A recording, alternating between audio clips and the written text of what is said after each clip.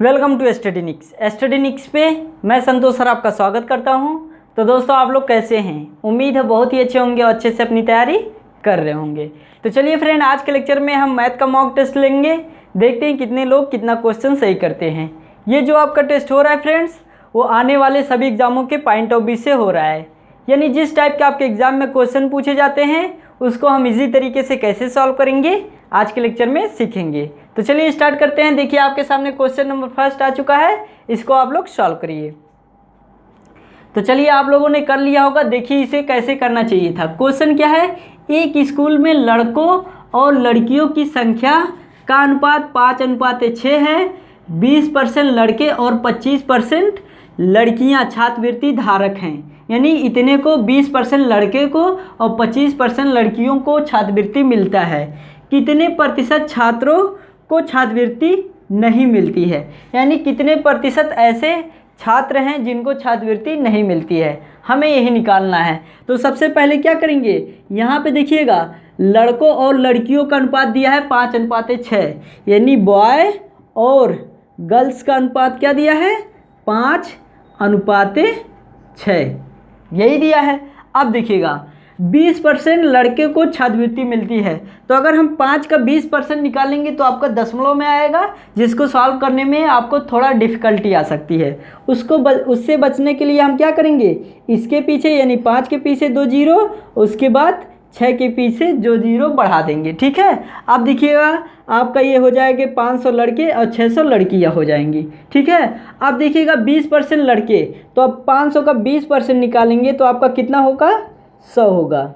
ये कैसे आया? अगर आपको परसेंटेज नहीं आता है सॉल्व करना तो हमारे परसेंटेज का लेक्चर देखिएगा, उसमें हमने बहुत ही बेसिक से जीरो लेवल से समझाया है ताकि आपको समझ में आ जाए। ठीक है, अब देखिएगा 600 लड़कियां हैं, अब 600 का 25%, तो अब बताइए 600 का 25% कितना होगा 150 होगा। ठीक है, अब लड़कों की संख्या जो है 500 है, 500 में 100 को क्या मिलता है, छात्रवृत्ति मिलता है। तो अब बताइए 500 में से अगर 100 को माइनस कर देंगे तो हमारा बचेगा 400, मतलब इतने लड़कों को छात्रवृत्ति नहीं मिलती है। उसके बाद लड़कियों की संख्या 600 है और कितने को मिलती है 150 को मिलती है।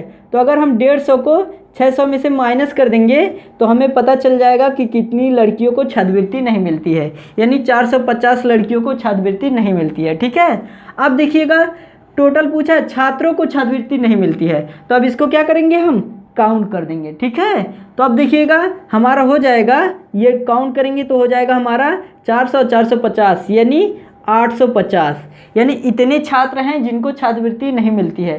किसमें से, यह बात ध्यान रखिएगा, ये क्वेश्चन आपके माइंड में आना चाहिए, किसमें से नहीं मिलती है। यानी यहाँ पे 500 है, यहाँ पे 600, टोटल करेंगे तो हो जाएगा कितना 1100, यानी 1100 में से 850 को छात्रवृत्ति नहीं मिलती है।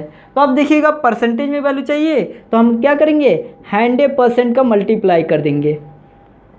आई बात समझ में? अब देखिएगा इसको आप लोग सॉल्व करिएगा तो 2 जीरो से आपका 2 जीरो कट जाएगा, समझ गए। उसके बाद देखिएगा यहाँ पे आपका 11 बचेगा और उसके बाद यहाँ पे 850 है, तो 11 से 850 को डिवाइड करेंगे तो 11 सते 77, उसके बाद 85 में से 77 को माइनस कर देंगे तो हमारा कितना बचेगा 8। अब ये हो जाएगा आपका 80 हो गया। फिर क्या करेंगे 11 सते 77 करेंगे। ठीक है, अब देखिएगा अब 80 में से 77 निकल जाएगा तो बचेगा कितना 3, तो अब यहाँ पे दशमलव लगाएंगे तो आपका 3 के पीछे आपका 0 बढ़ जाएगा। तो फिर 11 से करेंगे तो 11 दूनी 22। ठीक है, तो यहाँ पे आपका 2 आ जाएगा। उसके बाद फिर 8 बचेगा, क्योंकि 30 में से 22 निकाल देंगे तो बचेगा 8, फिर हो जाएगा 80। ठीक है, तो 11 सते 77, यानी आपका जो आंसर आएगा वो 7.27%। इतने छात्रों को छात्रवृत्ति नहीं मिलती है। समझ गए? हाँ, आपको आई होप समझ में आ गया होगा, क्योंकि हमने बहुत ही बेसिक से समझाया है। तो चलिए अब बढ़ते हैं इस वीडियो का नेक्स्ट क्वेश्चन नंबर 2, जो भी आपके सामने आ चुका है। इसको भी आप लोग सॉल्व करिए। अगर आपसे हो जाता है तो अच्छी बात है, नहीं तो हम इसको बहुत ही अच्छे से समझाएंगे। सबसे पहले आप लोग इस क्वेश्चन को सॉल्व करिए। चलिए तो चलिए फ्रेंड, अब क्वेश्चन नंबर 2 सॉल्व करते हैं। देखिए आपके सामने आ चुका है। क्वेश्चन क्या है, यदि 19 गुणे 19 बराबर 361 है तो 190 मल्टीप्लाई 0.0019 का मान ज्ञात कीजिए। ठीक है, अब देखिए सबसे पहले जो लिखा है पहले लिख लेंगे।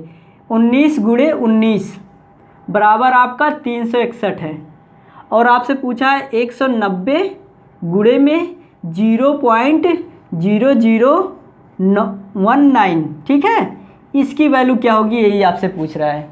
तो जब भी इस टाइप का क्वेश्चन आएगा तो सबसे पहले क्या करेंगे, हम 190 का 19 में मल्टीप्लाई कराएंगे।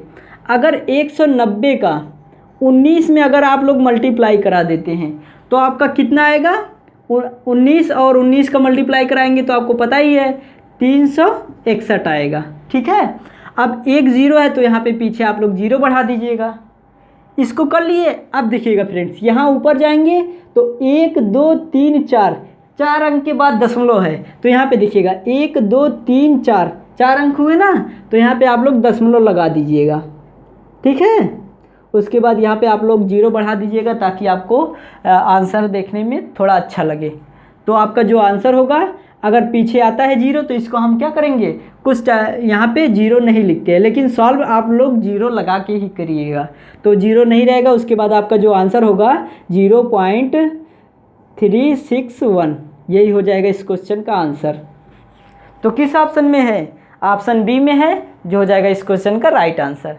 तो चलिए अब बढ़ते हैं क्वेश्चन नंबर 3 के सामने, जो कि आपके सामने आ चुका है। इसको भी आप लोग सॉल्व करिए। क्वेश्चन नंबर 3 बहुत ही अच्छा क्वेश्चन है, जल्दी से आप लोग इसको सॉल्व करिए विदिन 30 सेकेंड। चलिए आप लोगों ने सॉल्व कर लिया होगा। देखिए क्वेश्चन क्या है, 3 सेंटीमीटर 4 सेंटीमीटर और 5 सेंटीमीटर भुजा वाले एक त्रिभुज पर अंतःवृत्त और परिवृत्त खींचे गए हैं।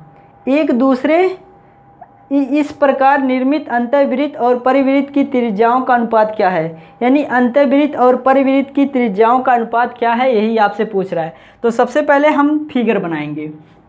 यहाँ पे देखिए एक बड़ी भुजा है, ये आपकी बड़ी भुजा है जिसका मान 5 सेंटीमीटर है। उसके बाद ये आपकी छोटी भुजा है जिसका मान 4 सेंटीमीटर है। उसके बाद इसको मिलाएंगे तो इसका मान आपका कितना दिया है, 3 सेंटीमीटर।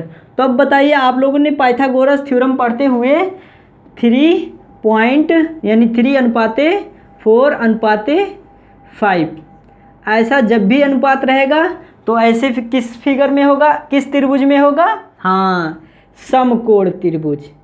अब आपको पता ही है जब भी ऐसा फिगर होता है तो क्या करते हैं, अगर 3:4:5, ठीक है, जब भी ऐसा होता है तो वो कौन सा त्रिभुज होता है, समकोण त्रिभुज। अब देखिए ये आपका क्या है, एक समकोण त्रिभुज है। उसके बाद इसका परिवृत्त, उसके बाद इसका अंतःवृत्त,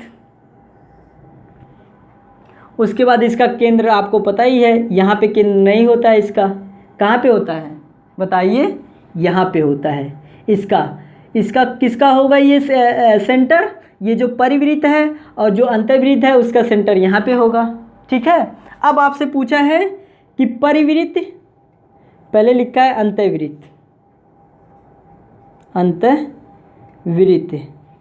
उसके बाद अनुपाते परिवृत्त, ठीक है, कि त्रिज्या का अनुपात क्या होगा। मान लेते हैं अंतर्वृत्त की त्रिज्या r है और परिवृत्त की त्रिज्या क्या है, कैपिटल R है। अब देखिएगा फ्रेंड, ध्यान दीजिएगा, अगर आपको अंतर्वृत्त की त्रिज्या चाहिए तो इसके लिए आपका जो कॉन्सेप्ट होता है, ये वाली भुजा और ये वाली भुजा, इन दोनों को प्लस करेंगे। उसके बाद ये वाली जो बड़ी वाली भुजा रहेगा इसको क्या करेंगे, हम माइनस कर देंगे। उसके बाद बटे में आप लोग क्या करिएगा, 2 करिएगा। ठीक है, तो ये आपका अंतर्वृत्त का फार्मूला है।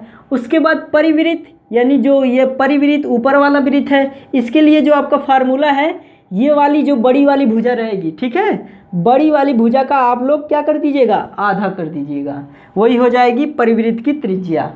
समझ में आया। अब इसका आपको अनुपात पूछ रहा है तो ऐसे अनुपात का सिंबल लगा दीजिएगा। अब देखिएगा, इसको आप लोग सॉल्व करिएगा तो 4 3 7, 7 में से 5 जाएगा तो आपका बचेगा 2, उसके बाद नीचे आपका 2 है। उसके बाद यहाँ पे अनुपात लगाइएगा, फिर आपका क्या है 5 बटे में 2 परिवृत्त। अब देखिएगा नीचे से 2 से 2 कट जाएगा, उसके बाद जो आपका आंसर आएगा वो 2:5। यही हो जाएगा इस क्वेश्चन का आंसर। परिवृत्त और अंतर्वृत्त और परिवृत्त की त्रिज्याओं का अनुपात 2:5 क्या हो जाएगा 5, R इंटू कैपिटल R। तो देखिए कितना अच्छा क्वेश्चन था। आई होप ये भी क्वेश्चन आपको 100% आ गया होगा। तो चलिए बढ़ते हैं क्वेश्चन नंबर 4 की तरफ, जो कि आपके सामने आ चुका होगा। इसको भी आप लोग सॉल्व करिए। इस टाइप का क्वेश्चन आपका पूछा गया है। ये जो आपका क्वेश्चन है ये आपका NTPC में पूछा गया है, ठीक है। 2021 में ये क्वेश्चन आया हुआ था NTPC का। तो इसको अगर आप लोग सॉल्व कर लिए होंगे तो 100% है आप लोग NTPC की तैयारी बढ़िया से कर रहे हैं। तो चलिए आप लोग क्वेश्चन नंबर 4 जल्दी से सॉल्व करिए। चलिए क्वेश्चन क्या है, एक बाग में 5776 पेड़ हैं और पेड़ों की कुल इस प्रकार व्यवस्थित किया गया है कि पेड़ों की जितनी पंक्तियां हैं प्रत्येक पंक्ति में उतने ही पेड़ हैं, ठीक है। तो पंक्तियों की संख्या ज्ञात कीजिए। हमसे पूछ रहा है पंक्तियों की संख्या ज्ञात कीजिए। तो सबसे पहले हम क्या करेंगे, माना पेड़ों की संख्या, पेड़ों की संख्या आप लोग मान लीजिएगा x, और पंक्तियों की संख्या, पंक्तियों की संख्या इसको भी आप लोग x मानिएगा, क्योंकि इसको आपको पता नहीं है। अब देखिएगा x मल्टीप्लाई x, जिसकी वैल्यू आपको 5776 दिया है, ठीक है। जब भी इस टाइप का क्वेश्चन आएगा तो ऐसे ही सॉल्व करिएगा। पेड़ों की संख्या x मानिएगा, पंक्तियों की संख्या भी x मानिएगा, ठीक है। उसके बाद इन दोनों का अगर मल्टीप्लाई कर देंगे तो हमें टोटल क्या मिल जाएगा, आपको टोटल संख्या मिल जाएगी पेड़ों की संख्या, ठीक है। तो अब देखिएगा सिंपली क्या करेंगे, यहाँ x का x में मल्टीप्लाई कराएंगे तो x² बराबर 5776। तो x बराबर आपका हो जाएगा रूट में 5776। तो अब बताइए अगर रूट है तो ये किसकी वैल्यू होती है, आपको पता ही है किसकी होती है, 76 की वैल्यू, ठीक है। तो यहाँ पे x की वैल्यू आपकी 76 आ गई। तो अगर x की वैल्यू 76 है तो पेड़ों की संख्या भी 76 हो जाएगी और पंक्तियों की संख्या भी 76 हो जाएगी। तो आपसे पूछा है क्या है, पंक्तियों की संख्या क्या होगी, तो यही हो जाएगा क्या, पंक्तियों की संख्या आपका 76 हो जाएगा। तो देखिए कितना अच्छा क्वेश्चन था। तो चलिए इस वीडियो का लास्ट क्वेश्चन देखते हैं, जो कि बहुत ही अच्छा क्वेश्चन है। आप लोग जल्दी से सॉल्व करिए। Question number 5। मज़ा आ रहा है ना बबुआ, मज़ा नहीं आएगा, कब मज़ा आएगा।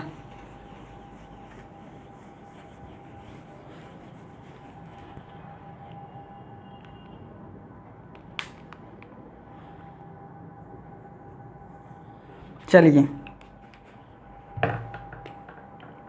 क्वेश्चन क्या है, क्वेश्चन नंबर 5।